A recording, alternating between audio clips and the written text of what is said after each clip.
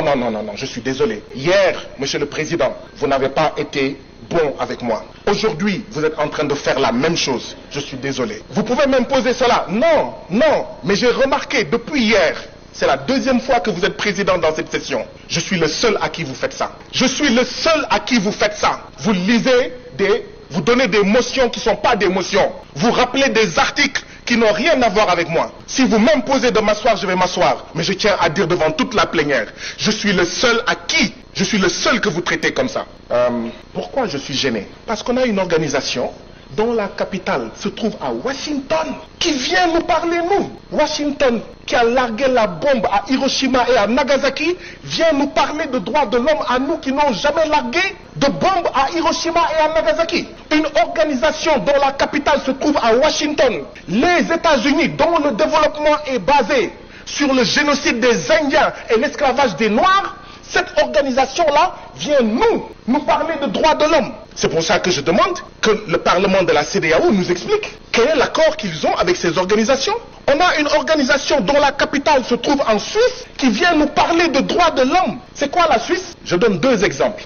La Suisse, c'est là où certains de nos dirigeants qui ont volé l'argent du peuple, qui fait qu'on n'a pas de santé, on n'a pas d'éducation, ont caché dans leur banque notre argent. Et une organisation basée dans ce pays-là vient nous donner des leçons de droits de l'homme et nous sommes gentiment assis. La Suisse, c'est le pays où se trouve la société Nestlé qui fait du Nido et du Cerelac avec des taux de sucre supérieurs dans nos pays, avec des taux de sucre faibles au Royaume-Uni et en Allemagne. Vous pensez que ces organisations basées là-bas doivent pouvoir nous parler de droits de l'homme? Non. Ma proposition est celle-ci, Président. Ayons confiance en nous-mêmes, Africains. Il y a des organisations africaines, il y a des organisations d'Afrique de l'Ouest, mais il faut les respecter, ne pas les bastonner, ne pas les emprisonner, ne pas les menacer, ne pas les terroriser, les laisser faire leur job, parce que la CEDEAO a besoin d'un regard critique, mais un regard africain, un regard d'Afrique de l'Ouest. Merci beaucoup,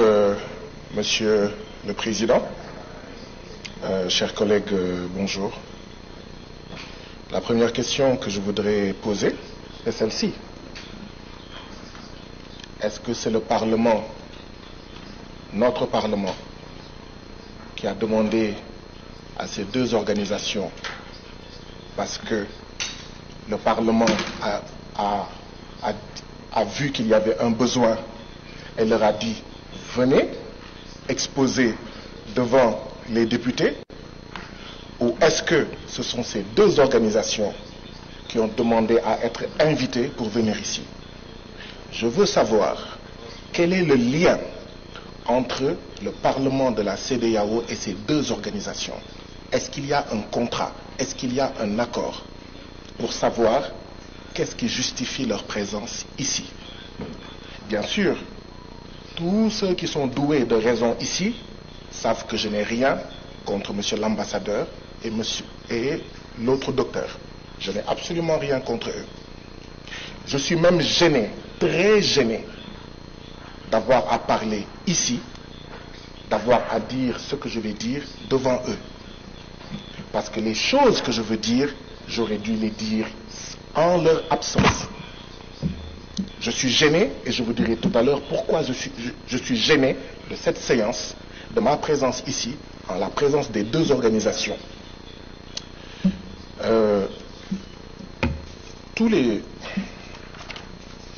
Il est mentionné dans le rapport de la CIDH, il me semble. Il est mentionné dans le rapport de la CIDH des régimes autoritaires qui dominent et répriment les contestations de leurs citoyens. Ces gouvernements répressifs violent les droits fondamentaux de leurs citoyens, ce qui entraîne une instabilité et des troubles permanents dans la région. Mais tous les jours, là, c'est ce que certains d'entre nous disent ici, en citant nommément des pays. A-t-on besoin de leur présence pour dire ça? Quand des collègues disent ça tous les jours, on les empêche de parler, on les traite de tous les noms d'oiseaux, on use d'artifices, de motions qui ne sont pas des motions, les gens crient, ils s'excitent, et quand d'autres gens viennent, ils disent ça, tout le monde est silencieux. Les Français disent nul n'est prophète chez lui. Chers collègues, on a eu besoin d'eux pour dire ça ici. Certaines femmes et certains hommes ici le disent tous les jours. Mais on les regarde. Oh, qu'est-ce que tu fais ici? On va même faire une pétition pour que tu retournes dans ton pays et que tu ne reviennes pas. Mais quand eux le disent, ça passe. Tout le monde est cool, silencieux. Monsieur le Président, avez-vous remarqué ça? Vous qui rappeliez hier à la session l'article 72 du règlement intérieur. Ils ont dit la même chose que moi. Mais aujourd'hui, personne ne rappelle l'article 72 du règlement intérieur. Il y a un problème. Il faut que des étrangers viennent ici pour nous dire des experts, alors que chacun d'entre vous est expert et experte.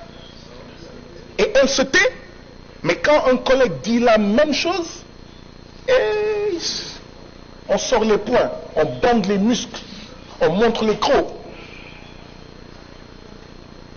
Je vais vous dire quelle est la différence. La seule différence, c'est que, et c'est pourquoi la CIDH a manqué de courage. La seule différence, c'est que la CIDH a dit, je ne vais citer aucun pays. Dans le rapport, il n'y a aucun pays. Comment vous allez soigner un mal sans savoir que le mal se trouve au Nigeria, le mal se trouve au Sénégal, le mal se trouve au Cap-Vert? Vous dites non, non, non, on va mettre tout le monde dans le même sac. Quand on critique des pratiques politiques au Sénégal, quelqu'un va dire, ah non, je suis ami à Diomaye Faye, je suis membre du même parti que lui, laissez tomber le Sénégal. Quand quelqu'un va critiquer le Libéria, ah non, je suis ami au président du Libéria, vous ne touchez pas le Libéria, vous pensez que vous êtes supérieur au Libéria. Mais quand quelqu'un vient ici dire, nous sommes là gentils là, comme des poules mouillées. Voilà la première remarque que je voulais faire. Et je ne voulais pas la faire devant eux. C'est une des raisons pour lesquelles je suis gêné de le dire ici devant eux. Je suis sûr que quand ils disent ce qu'ils disent, il y a des gens qui pensent à des pays qu'ils n'ont pas cités. Disons-nous la vérité. Il y a des gens qui ont dit, le Sénégal fait partie de là, tel pays fait partie de là, tel pays fait partie de là, ils n'ont pas cité, mais on voit des pays. Non. On ne peut changer les choses que dans la vérité. On ne peut transformer les choses que dans la vérité. Ce Parlement doit être un médecin. Mais pour qu'il soit un bon médecin, il faut qu'il fasse de bons diagnostics. Et un diagnostic, ce n'est jamais facile. Quand on vous annonce que vous avez le cancer, ça ne fait pas plaisir. Quand on vous annonce que vous avez la leucémie, ça ne fait pas plaisir. Quand on vous annonce que vous avez le VIH, ça ne peut pas faire plaisir. Mais il faut vous le dire pour que vous preniez conscience que voilà le remède que vous voulez prendre, que vous devez prendre si vous voulez guérir. Mais ici, non, non, non, non, non, je suis désolé. Hier, Monsieur le Président, vous n'avez pas été bon avec moi. Aujourd'hui, vous êtes en train de faire la même chose. Je suis désolé. Vous pouvez m'imposer cela. Non, non, mais j'ai remarqué depuis hier, c'est la deuxième fois que vous êtes président dans cette session. Je suis le seul à qui vous faites ça. Je suis le seul à qui vous faites ça. Vous lisez vous donnez des motions qui ne sont pas des motions. Vous rappelez des articles qui n'ont rien à voir avec moi. Si vous m'imposez de m'asseoir, je vais m'asseoir. Mais je tiens à dire devant toute la plénière, je suis le seul à qui, je suis le seul que vous traitez comme ça. Pourquoi je suis gêné? Parce qu'on a une organisation dont la capitale se trouve à Washington, qui vient nous parler, nous. Washington, qui a largué la bombe à Hiroshima et à Nagasaki, vient nous parler de droits de l'homme à nous qui n'ont jamais largué de bombes à Hiroshima et à Nagasaki. Une organisation dont la capitale se trouve à Washington, les États-Unis, dont le développement est basé sur le génocide des Indiens et l'esclavage des Noirs, cette organisation-là vient nous parler de droits de l'homme. C'est pour ça que je demande que le Parlement de la CEDEAO nous explique quel est l'accord qu'ils ont avec ces organisations. On a une organisation dont la capitale se trouve en Suisse qui vient nous parler de droits de l'homme. C'est quoi la Suisse? Je donne deux exemples. La Suisse, c'est là où certains de nos dirigeants qui ont volé l'argent du peuple, qui fait qu'on n'a pas de santé, on n'a pas d'éducation, ont caché dans leur banque notre argent. Et une organisation basée dans ce pays-là vient nous donner des leçons de droits de l'homme et nous sommes gentiment assis. La Suisse, c'est le pays où se trouve la société Nestlé qui fait du Nido et du Cerelac avec des taux de sucre supérieurs dans nos pays, avec des taux de sucre faibles au Royaume-Uni et en Allemagne. Vous pensez que ces organisations basées là-bas doivent pouvoir nous parler de droits de l'homme? Non. Ma proposition est celle-ci, Président. Ayons confiance en nous-mêmes, Africains. Il y a des organisations africaines. Il y a des organisations d'Afrique de l'Ouest. Mais il faut les respecter, ne pas les bastonner, ne pas les emprisonner, ne pas les menacer, ne pas les terroriser. Les laisser faire leur job. Parce que la CEDEAO a besoin d'un regard critique, mais un regard africain, un regard d'Afrique de l'Ouest. Arrêtons d'aller prendre des organisations dont la capitale est Washington et la Suisse. Monsieur le Président, savez-vous que la CIDH, qui s'appelle Commission internationale des droits de l'homme, elle a été créée par une organisation qui s'appelle Organisation des États d'Amérique. Organisation des États d'Amérique qui a créé dans les années 50 la CIDH. Nous, on ne prend pas une organisation créée par l'OIA, une organisation créée par la CEDEAO, mais on la laisse libre. Hein? On ne la crée pas pour lui dire, tu dis ce qu'on veut entendre. On va chercher une organisation créée par l'Organisation des États d'Amérique. C'est pour ça qu'elle a son siège à Washington. Mes collègues ont raison. La sagesse populaire africaine du Sénégal dit que le umbel sa sankal, umbel sa kassa. Ça signifie qui paye commande. Ceux qui veulent savoir qui paye là, qui sponsorise là, ce sont des États qui financent l'organisation basée en Suisse et l'organisation basée à Washington, qui veulent nous imposer une manière de voir, quand bien même parfois cette manière de voir peut être juste.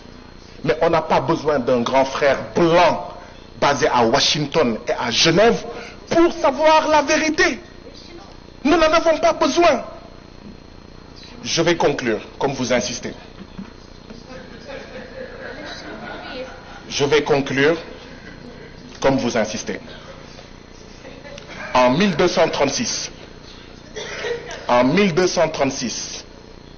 ici en Afrique, il y a eu des Africains en Afrique de l'Ouest qui ont publié la charte de Kurunkanfuga.